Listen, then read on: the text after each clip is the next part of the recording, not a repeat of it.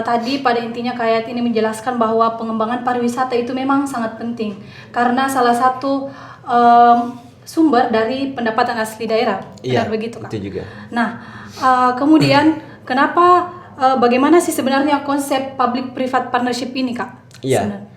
Jadi konsep public private partnership sebenarnya kalau di beberapa literatur ya yang pernah saya baca, yang saya ambil juga referensi masuk ke dalam penulisan tesis saya, kemudian saya jadikan buku. Jadi sebenarnya public private partnership ini sebenarnya sudah lama. Cuman artinya baru kita kembangkan atau kemas dalam bahasa public private partnership. Cuman sebenarnya sudah lama ada di Indonesia dilaksanakan yang disebut kerjasama pemerintah swasta. Itu dilaksanakan dengan badan-badan usaha itu sebenarnya. Nah, kalau di Indonesia itu sebenarnya juga memiliki regulasi ya yang mengatur itu semua, termasuk ada peraturan Menteri Keuangan, ada juga peraturan Presiden yang mengatur terkait regulasi dari public private partnership itu dalam hal kerjasama antara pemerintah dengan badan usaha atau swasta. Nah, itu yang menjadi konsep-konsep awal atau secara historis bagaimana sebenarnya public partnership ini. Nah menurut Williams mendefinisikan public private partnership ini sebenarnya sebagai suatu kerjasama pemerintah swasta yang memiliki jangka waktu panjang, kemudian melahirkan output yakni keuntungan bersama tentunya. Nah, itu yang menjadi secara umum konsep dari public private partnership itu. Jadi kerjasama antara pemerintah dan swasta dalam melakukan aktivitas-aktivitas publik atau dalam membuat suatu proyek misalnya. Kalau PP itu banyak digunakan di proyek-proyek pembangunan infrastruktur, misal pembangunan bandara, pelabuhan dan lain sebagainya. Ya, sekian. Ya, teman-teman, sangat menarik ya. Nah, mungkin teman-teman pendengar setia dari podcast ini baru mendengar apa sih sebenarnya public private partnership ini. Nah, kemudian saya ingin tanyakan lagi, Kak, terkait bagaimana sebenarnya atau apa keuntungan menggunakan konsep ini, konsep public private partnership bagi pemerintah, Kak? Iya, oke. Nah, apa sebenarnya benefit ya, keuntungan yang didapat oleh pemerintah? Tapi sebenarnya bukan cuma pemerintah saja, sebenarnya swasta juga mendapat benefit keuntungan dari adanya kerjasama ini. Nah, kalau spesial khusus untuk sektor pemerintah itu sendiri, keuntungan yang didapat adalah dengan adanya public private partnership ini dia bisa mengefisienkan sumber daya yang dia miliki. Nah, tentu kan kita ketahui bahwa pemerintah itu memiliki keterbatasan. Pertama, keterbatasan sumber daya manusia. Kedua adalah keterbatasan sumber daya anggaran.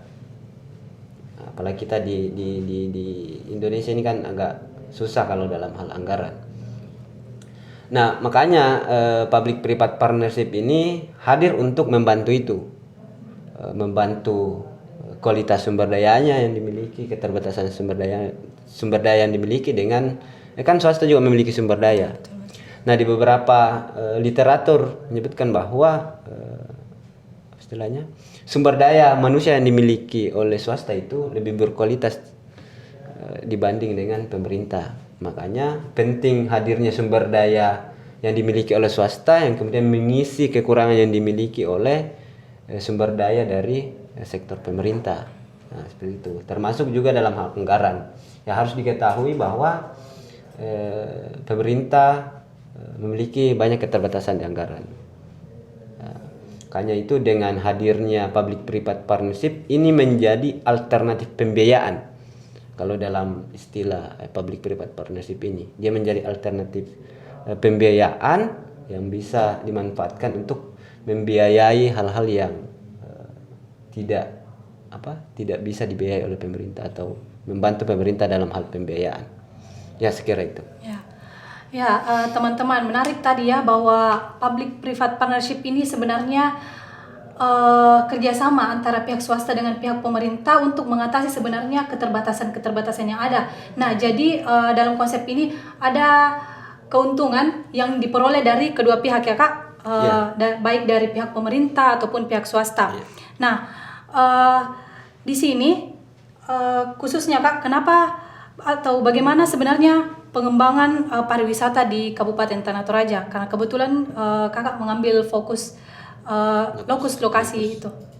Iya, jadi di buku ini sebenarnya mengambil lokus atau kajiannya itu lebih lokasinya ke Toraja Utara karena di situ yang menjadi lokus dari penelitian saya. Kan kalau kita di Sulawesi Selatan ini yang terkenal objek wisatanya itu ya dua kabupaten. Yang pertama di Bulukumba, kemudian di Toraja Utara. Nah, dari segi aksesibilitas ya tentu saya lebih memilih Toraja Utara ya. Karena dia pariwisatanya agak banyak kompleksitasnya yang ada di sana, termasuk kebudayaan juga ada di sana. Dibanding di Bulukumba. Nah, yang bagaimana pengembangan pariwisata yang ada di Kabupaten Toraja Utara itu sebenarnya agak ini yang perlu kita ketahui bahwa pengembangan yang ada di Toraja Utara itu dia melibatkan orang di luar dari pemerintah dalam mengelola pariwisata. Nah, sebenarnya di Toraja Utara itu ada sekitar seratusan lebih potensi objek wisata. Itu belum termasuk potensi kebudayaan. Nah, dari 100 sekian ini itu hampir semuanya asetnya itu dimiliki oleh swasta, atau dalam hal ini kalau di Toraja itu dimiliki oleh marga. Jadi hampir tidak ada yang aset pariwisata yang dimiliki oleh aset objek wisata yang dimiliki oleh Pemda. Jadi semua aset, contoh misalnya KTK, Sulolai, dan beberapa objek wisata yang ada di sana itu bukan milik pemerintah, tapi milik marga yang memiliki tanah di kawasan itu. Nah, yang kelola pun mereka. Seperti itu. Tinggal pariwisata ini kan dinas pariwisata ini kan memiliki program, ada beberapa program. Saya ambil 3. Ini yang pertama itu program kemitraannya. Program kemitraan dalam pariwisata kan itu banyak stakeholder yang ada di dalam, termasuk perhimpunan hotel, guide dan lain sebagainya. Mereka pemerintah Kabupaten Toraja Utara itu memanfaatkan itu untuk bagaimana sinergitas antar stakeholder dalam pengembangan pariwisata. Nah, cuman ada beberapa yang ini masih sementara mereka garap untuk pembentukan kelembagaannya. Nah, selanjutnya ada program pengembangan objek pariwisata. Nah, termasuk bagaimana tata kelolanya dalam, bagaimana sumber daya manusianya yang ada di sana. Nah, pemerintah mengambil peran di situ sebagai support untuk pengembangan kualitas tata kelola pariwisata. Nah, yang ketiga itu terkait dengan aspek promosinya. Nah, ini banyak seperti ketersediaan sarana promosi, misalnya website, info info kapan ada perayaan upacara adat, di mana letak suatu objek. Ya itu dinas pariwisata di Kabupaten Toraja Utara itu mengambil peran untuk melaksanakan itu, termasuk mengadakan atau mengikuti event baik nasional maupun internasional. Mereka secara umumnya dalam proses pengembangannya itu seperti itu, dengan melibatkan dengan bekerja sama dengan stakeholder, membuat satu MOU, kemudian menarik retribusi dari situ. Ya. Nah, jadi itu tadi teman-teman yang dijelaskan ya sama Kak Yayat. Jadi sebenarnya kita di Sulawesi Selatan ini kita itu punya sebenarnya potensi wisata. Nah, kenapa Kak Yayat mengambil lokus di Kabupaten Toraja Utara? Karena memang potensi wisatanya itu sangat besar dan tentu saja bisa sebagai sumber pendapatan asli daerah seperti itu. Nah, saya mau lanjut Kak, bagaimana sih sebenarnya model life cycle kontraknya dalam pengembangan pariwisata ini Kak? ya jadi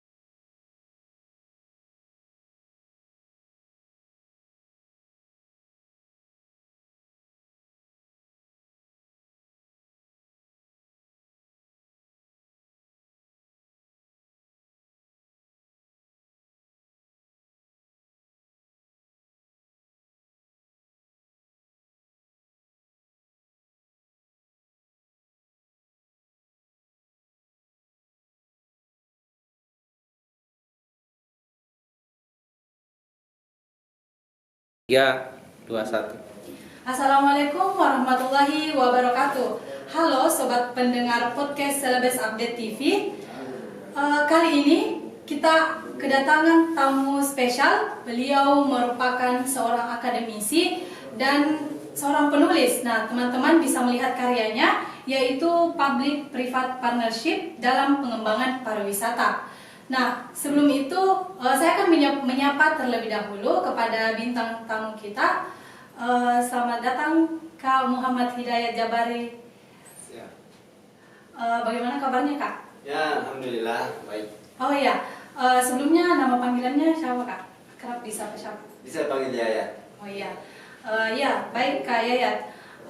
Mungkin awalnya saya mau bertanya-tanya seputar kenapa Kak Yayat ini, atau apa sih latar belakang Kak Yayat menulis buku ini terkait public private partnership dalam pengembangan pariwisata ini? Mungkin gambaran umumnya Kak. Iya, jadi saya sebenarnya saya mahasiswa Unhas yang maksud saya alumni Unhas. Kemarin saya mengambil S2 Administrasi Publik di Unhas, kemudian saya menulis tugas akhir tesis itu mengambil tema public private partnership di sektor pariwisata. Saya pikir daripada tesis ini hanya dikumpul begitu saja di perpus kemudian menjadi arsip di kampus, ya mengapa tidak kita manfaatkan untuk merubah, meraciknya menjadi sebuah karya dalam bentuk buku. Jadi makanya itu saya lahirkan buku ini. Ya.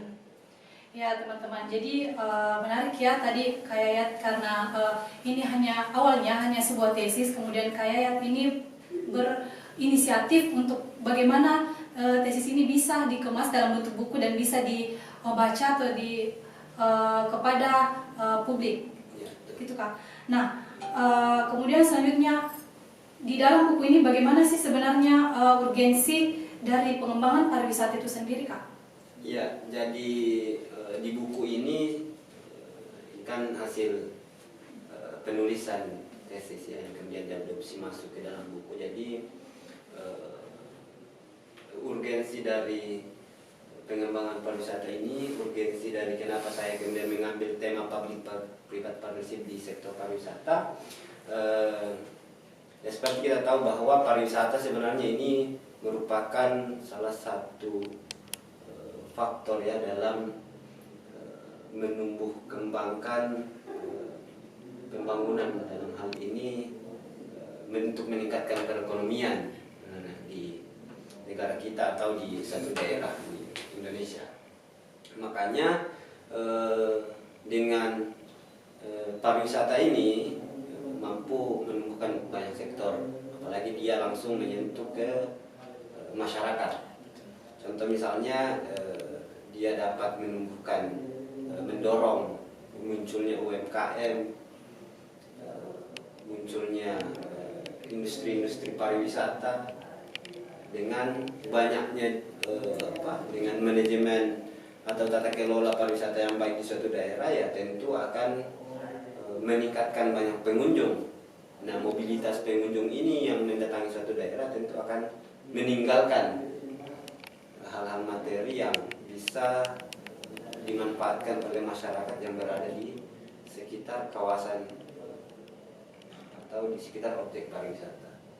Sekiranya menjadi urgensi kenapa kemudian saya ambil temanya pariwisata untuk untuk tema public private partnership-nya. Itu juga saya ambil karena melihat ada keterbatasan yang dimiliki oleh sektor pemerintah. Ya, sekiranya. Ya teman-teman, jadi tadi pada intinya kayak ini menjelaskan bahwa pengembangan pariwisata itu memang sangat penting karena salah satu sumber dari pendapatan asli daerah. Iya, begitu Kak. itu juga. Nah, kemudian kenapa bagaimana sih sebenarnya konsep public private partnership ini Kak? Iya. Jadi konsep public private partnership sebenarnya kalau di beberapa literatur ya yang pernah saya baca, yang saya ambil juga referensi masuk ke dalam penulisan tesis saya kemudian saya jadikan buku. Jadi sebenarnya public private partnership ini sebenarnya sudah lama. Cuman artinya baru kita kembangkan atau kemas dalam bahasa public private partnership. Cuman sebenarnya sudah lama ada di Indonesia dilaksanakan yang disebut kerjasama pemerintah swasta. Itu dilaksanakan dengan badan-badan usaha itu sebenarnya.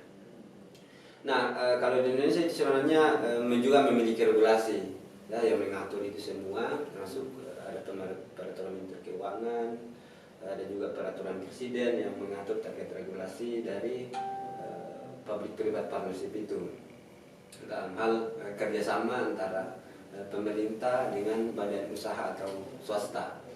Nah, itu yang menjadi konsep-konsep awal atau secara historis bagaimana sebenarnya public private partnership ini. Nah menurut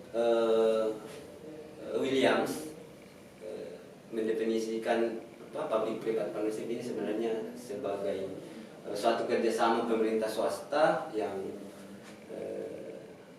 memiliki jangka waktu panjang, kemudian melahirkan output yakni keuntungan bersama tentunya. Itu yang menjadi secara umum konsep dari public private partnership, kerjasama antara pemerintah dan swasta dalam melakukan aktivitas publik atau dalam membuat satu proyek. Misalnya kalau PP itu banyak digunakan di proyek-proyek pembangunan infrastruktur, misal pembangunan bandara, pelabuhan, dan sebagainya. Ya, sekian. Ya, teman-teman, sangat menarik ya. Nah, mungkin teman-teman pendengar setia dari podcast ini baru mendengar apa sih sebenarnya public-private partnership ini. Nah, kemudian saya ingin tanyakan lagi Kak, terkait bagaimana sebenarnya atau apa keuntungan menggunakan konsep ini, konsep public-private partnership bagi pemerintah Kak? Iya. Nah, apa sebenarnya benefit ya, keuntungan yang didapat oleh pemerintah? Tapi sebenarnya bukan cuma pemerintah saja, sebenarnya swasta juga mendapat benefit keuntungan dari adanya kerjasama ini. Nah, kalau spesial khusus untuk sektor pemerintah sendiri, keuntungan yang didapat adalah dengan adanya public private partnership ini, dia bisa mengefisienkan sumber daya yang dia miliki. Nah, tentu kan kita ketahui bahwa pemerintah itu memiliki keterbatasan. Pertama, keterbatasan sumber daya manusia. Kedua adalah keterbatasan sumber daya anggaran. Apalagi kita di Indonesia ini kan agak susah kalau dalam hal anggaran. Nah, makanya public private partnership ini hadir untuk membantu itu, membantu kualitas sumber dayanya yang dimiliki, keterbatasan sumber daya yang dimiliki dengan kan swasta juga memiliki sumber daya. Nah, di beberapa literatur menyebutkan bahwa istilahnya sumber daya manusia yang dimiliki oleh swasta itu lebih berkualitas dibanding dengan pemerintah. Makanya penting hadirnya sumber daya yang dimiliki oleh swasta yang kemudian mengisi kekurangan yang dimiliki oleh sumber daya dari sektor pemerintah. Nah, itu termasuk juga dalam hal anggaran. Ya, harus diketahui bahwa pemerintah memiliki banyak keterbatasan anggaran. Makanya itu dengan hadirnya public private partnership ini menjadi alternatif pembiayaan. Kalau dalam istilah public private partnership ini, dia menjadi alternatif pembiayaan yang bisa dimanfaatkan untuk membiayai hal-hal yang tidak bisa dibiayai oleh pemerintah atau membantu pemerintah dalam hal pembiayaan. Yang sekira itu. Ya, teman-teman, menarik tadi ya bahwa public-private partnership ini sebenarnya kerjasama antara pihak swasta dengan pihak pemerintah untuk mengatasi sebenarnya keterbatasan-keterbatasan yang ada. Nah, jadi dalam konsep ini ada keuntungan yang diperoleh dari kedua pihak ya Kak, dan baik dari pihak pemerintah ataupun pihak swasta. Nah, di sini khususnya Kak, kenapa atau bagaimana sebenarnya pengembangan pariwisata di Kabupaten Tanah Toraja? Karena kebetulan Kakak mengambil fokus lokasi itu. Iya, Jadi di buku ini sebenarnya memang mengambil lokus atau kajiannya itu lebih lokasinya ke Toraja Utara karena di situ yang menjadi lokus dari penelitian saya. Kan kalau kita di Sulawesi Selatan ini yang terkenal objek wisatanya itu ada dua kabupaten. Pertama di Bulukumba, kemudian di Toraja Utara. Nah dari segi aksesibilitas ya tentu saya lebih memilih Toraja Utara ya. Karena dia pariwisatanya agak banyak kompleksitasnya yang ada di sana, termasuk kebudayaan juga ada di sana. Dibanding di Bulukumba. Nah,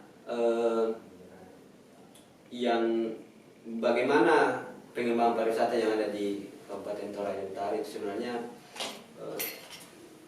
agak ini yang perlu kita ketahui bahwa pengembangan yang ada di Toraja Utara itu dia melibatkan orang di luar dari pemerintah dalam mengelola pariwisata. Nah, sebenarnya di Toraja Utara itu ada sekitar 100-an lebih potensi objek wisata. Itu belum termasuk potensi kebudayaan. Nah, dari 100 sekian ini itu hampir semuanya asetnya itu dimiliki oleh swasta, atau dalam hal ini kalau di Toraja itu dimiliki oleh marga. Jadi hampir tidak ada yang aset pariwisata yang dimiliki oleh aset objek wisata yang dimiliki oleh Pemda. Jadi semua aset, contoh misalnya KTK, Sulolai dan beberapa objek wisata yang ada di sana itu bukan milik pemerintah, tapi milik marga yang memiliki tanah di kawasan itu. Nah, yang kelola pun mereka. Seperti itu. Nah, tinggal pariwisata ini kan dinas pariwisata ini kan memiliki program, ada beberapa program. Saya ambil 3. Ini yang pertama itu program kemitraannya. Nah, program kemitraan dalam pariwisata kan itu banyak stakeholder yang ada di dalam, termasuk perhimpunan hotel, guide dan lain sebagainya. Nah, mereka pemerintah Kabupaten Toraja Utara itu memanfaatkan itu untuk bagaimana sinergitas antar stakeholder dalam pengembangan pariwisata. Nah, cuman ada beberapa yang ini masih sementara mereka garap untuk pembentukan kelembagaannya. Nah, selanjutnya ada program pengembangan objek pariwisata, termasuk bagaimana tata kelola di dalam, bagaimana sumber daya manusia yang ada di sana. Nah, pemerintah mengambil peran di situ sebagai support untuk pengembangan kualitas tata kelola pariwisata. Nah, yang ketiga itu terkait dengan aspek promosinya. Nah, ini banyak seperti ketersediaan sarana promosi, misalnya website, info kapan ada perayaan upacara adat, di mana letak suatu objek. Ya itu dinas pariwisata di Kabupaten Toraja Utara itu mengambil peran untuk melaksanakan ini, termasuk mengadakan atau mengikuti event baik nasional maupun internasional. Mereka secara umumnya dalam proses pengembangannya itu seperti itu, dengan melibatkan dengan bekerjasama dengan stakeholder, membuat satu MOU, kemudian menarik retribusi dari situ. Nah, jadi itu tadi teman-teman yang dijelaskan ya sama Kak Yayat. Jadi sebenarnya kita di Sulawesi Selatan ini kita itu punya sebenarnya potensi wisata. Nah, kenapa Kak Yayat mengambil lokus di Kabupaten Toraja Utara? Karena memang potensi wisatanya itu sangat besar dan tentu saja bisa sebagai sumber pendapatan asli daerah seperti itu. Nah, saya mau lanjut Kak, bagaimana sih sebenarnya model life cycle kontraknya dalam pengembangan pariwisata ini Kak? Iya, jadi life cycle kontrak istilahnya. Ini model kalau dari tema public private partnership itu merupakan salah satu model yang ada dalam konsep public private partnership itu. Nah, life cycle kontrak ini sebenarnya ada banyak artikelnya, ada banyak literaturnya yang digunakan. Cuman ini domainnya atau banyak dikenal di luar. Nah, life cycle kontrak ini banyak digunakan di kerjasama dalam pengerjaan proyek-proyek infrastruktur sebenarnya. Itu lebih banyak diadakan daripada di aspek-aspek sosial.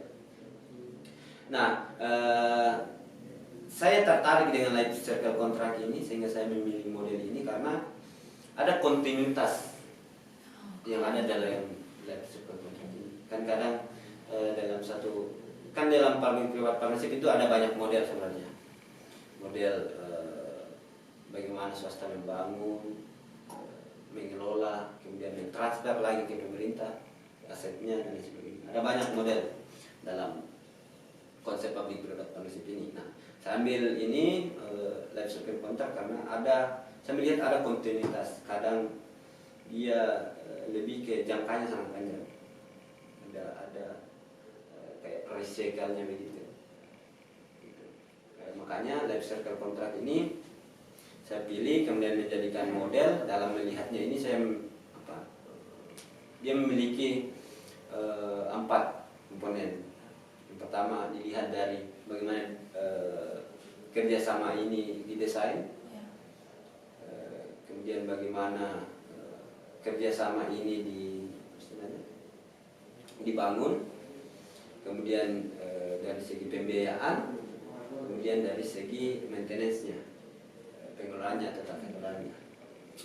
Nah, kalau life cycle contract dalam konteks ini pengembangan pariwisata di Kabupaten Toraja Utara itu sesuai dengan isi yang ada di buku. Kita mulai melihat modelnya dari segi desainnya. Nah, ternyata yang mendesain objek-objek pariwisata itu yang ada di sana itu memang awalnya itu dilakukan oleh yang memiliki objek itu. Nah, nanti setelah pemerintah melihat bahwa itu adalah suatu potensi wisata baru, pemerintah ikut mengintervensi dengan membuatkan MOU. Nah, jadi di sana ada MOU antara pemilik objek dengan pemerintah. Itu desainnya, dalam desain bagaimana pemerintah di sini juga mengambil peran dalam mendesain tata kelolanya, tata kelola wisata, mendesain lingkungan yang ada di situ, objeknya itu. Kemudian komponen baiknya, pembangunannya. Nah, kalau pembangunan pariwisata, misalnya dengan didesain tadi kan, itu kan dalam tahap perencanaan di desainnya. Nah, kalau dari segi pembangunannya sebenarnya pemerintah dengan pemilik ini sama-sama mix, itulah kerjasamanya. Nah, bagaimana? Tapi pada prinsipnya awalnya itu dilakukan oleh pemilik objek. Setelah berkembang baru diintervensi oleh pemerintah dalam membangun hal-hal infrastruktur, misalnya membangun musola, membangun jalan dan sebagainya. Itu yang kemudian yang ketiga terkait dengan desain baiknya dengan pembiayaannya. Nah, di sana swasta lebih bisa mencari lebih leluasa untuk mencari pendanaan.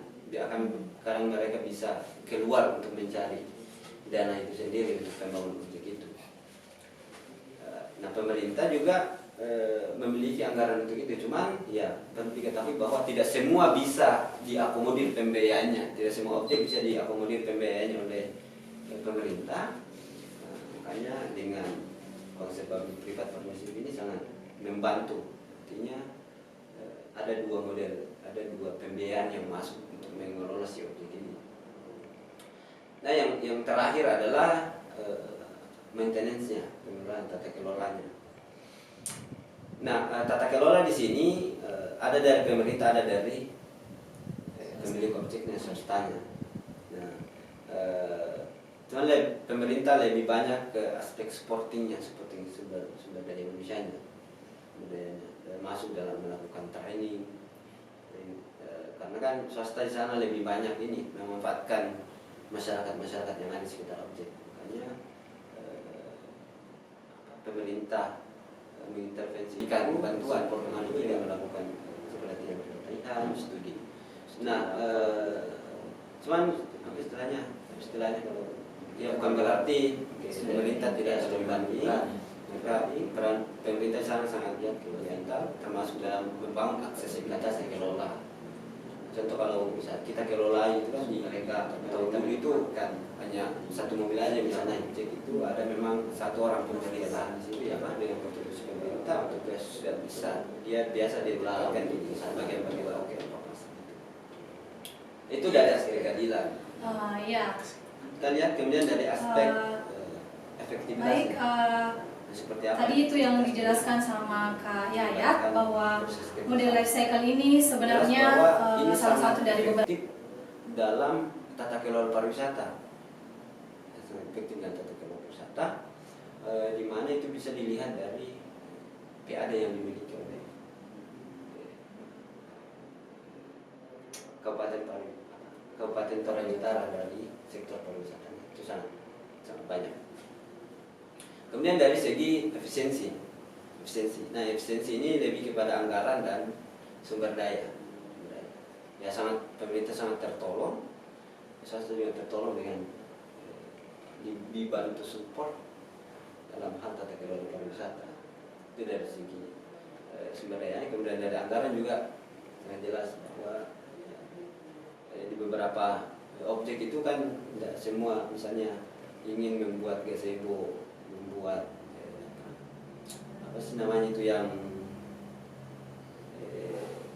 kalau tangga itu kan ada ininya pegangannya kayak safety-nya begitu. Itu kan butuh anggaran yang banyak. Nah kadang swasta juga ini nggak bisa penuh itu, ada support, begitu dengan anggaran dari swastanya bisa mensupport apa yang harusnya. Contoh misalnya ada beberapa objek wisata yang tidak ada mobil angkut sampahnya. Nah, swasta menyediakan itu. Dia angkut sampahnya sendiri. Jadi pemerintah tidak siapkan lagi mobil, anggarkan mobil. Nah, itu sangat ini. Nah, yang selanjutnya adalah eksportabilitasnya, tingkah laku atau aktivitasnya. Ya. Kalau aktivitas pariwisata di sana, apalagi kalau kita lihat di hubungannya ya, iya masyarakat di situ ya sangat humble lah. Ya memang kalau daerah yang terkenal pariwisatanya pasti masyarakatnya welcome. Nah itu kan jadi faktor pendorong dalam suksesi pengelolaan pariwisata, dukungan dari lingkungan, dukungan dari masyarakat. Nah seperti itu. Nah dari situ kemudian saya mencoba menarik suatu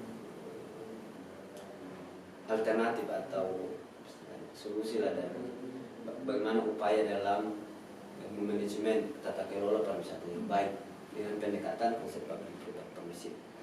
Nah yang pertama itu ya tentu kontrak itu harus berkeadilan,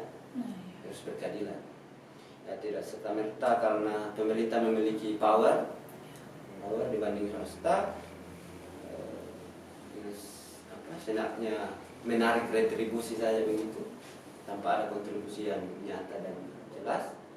Nah, itu yang harus disepakati. Seperti apa bantuan yang bisa dilakukan oleh pemerintah dan seperti apa bantuan yang bisa dilakukan oleh pihak swasta. Ini berkeadilan. Nah, tentunya selanjutnya kerjasama ini harus dibangun atas dasar bukan cuma kepentingan antara dua stakeholder ini tadi, tapi itu lebih mengutamakan bagaimana kepentingan umum. Pengembangan pariwisata kan misalnya memperluas kawasan objek itu dengan menggusur orang-orang yang bermukim di situ kan, itu yang ini artinya tidak prioritas masalah. Harus orientasinya ke khalayak masyarakat. Itu yang saya kira menjadi poin penting dalam pengembangan pariwisata ini. Bagaimana pariwisata itu bisa menjadi efektif dengan adanya pelibatan, kalau istilahnya pelibatan orang ketiga dalam proses atau dalam proses aktivitas publik, gitu ya, untuk menciptakan atau untuk mencapai yang namanya efektif dan efisien. Ya teman-teman, jadi tadi kenapa sebenarnya solusi dari pengembangan pariwisata dengan menerapkan konsep public private partnership itu sebenarnya ada 4 teman-teman. Nah, kita bisa melihat dari konsep keadilannya, kemudian ada efektivitas, ada efisiensi, dan bagaimana aktivitas dari masyarakat yang bermukim di sekitar daerah wisata itu. Nah, sangat menarik tadi teman-teman yang dijelaskan oleh Kak Yayat. Mungkin akhir kata Kak, apa yang ingin disampaikan kepada penonton setia dari podcast Selebes Update TV ini? Iya, ya untuk konteks ini dulu ya. Ya saya pikir penting, apalagi di era endemi ini, untuk memperhatikan sektor pariwisata. Itu sangat penting, karena itu kita punya potensinya, tinggal bagaimana itu dikelola dengan baik, dikelola dengan efektif dan efisien. Keterbatasan yang kita miliki itu bisa kita carikan alternatifnya dengan melakukan pelibatan pihak ketiga. Ya tentu dengan catatan bahwa ini bukan dikomersilkan, istilahnya bukan lebih dikomersilkan, tapi bagaimana itu orientasinya tetap kepada kepentingan umum. Ya, itu ya. Jadi itu tadi bincang-bincang kita ya bersama dengan Kak Yayat, yang sedikit banyak kita sudah ulas terkait bukunya, yaitu Public Private Partnership dalam Pengembangan Pariwisata. Nah, teman-teman bisa baca buku ini, bisa ditemukan di mana Kak? Sudah tersedia di Gramedia atau belum? Nanti bisa. Didoakan ya semoga cepat supaya teman-teman bisa membaca. Nah, teman-teman juga kalau penasaran bisa langsung ke destinasi wisata yang ada di Kabupaten Toraja Utara. Oke, saya ucapkan terima kasih banyak Kak Yayat atas kehadirannya untuk membahas bukunya. Jadi kita bisa lagi mengeksplor dan lebih tahu sebenarnya bagaimana sih konsep-konsep dalam pengembangan pariwisata ini. Nah, mungkin ini saja untuk episode kali ini. Saya Nurul Hidayah pamit undur diri. Assalamualaikum warahmatullahi wabarakatuh. Tunggu dulu nak, kayaknya tadi suara pertama itu balasnya. Coba saya dengar.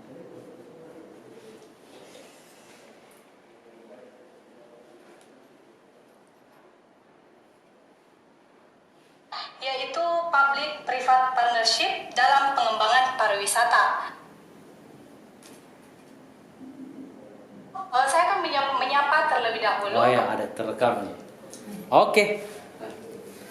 Alhamdulillah. Ya, alhamdulillah.